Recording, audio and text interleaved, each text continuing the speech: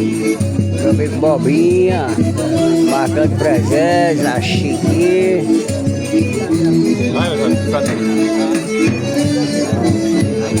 E aí, Guto? Comigo? É, meu tanto comeu ali que eu tava vendo. É o Chiclô. Velho Bobinha. Vou despedir agora. Ó.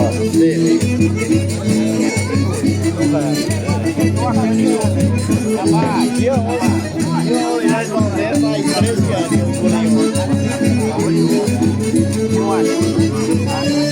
Mas não foi.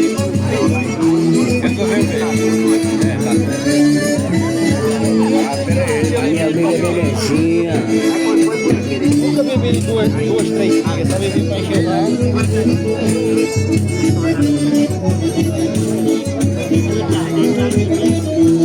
domingo eu saí. Os amigos meus estavam com 22 anos que eu tinha visto.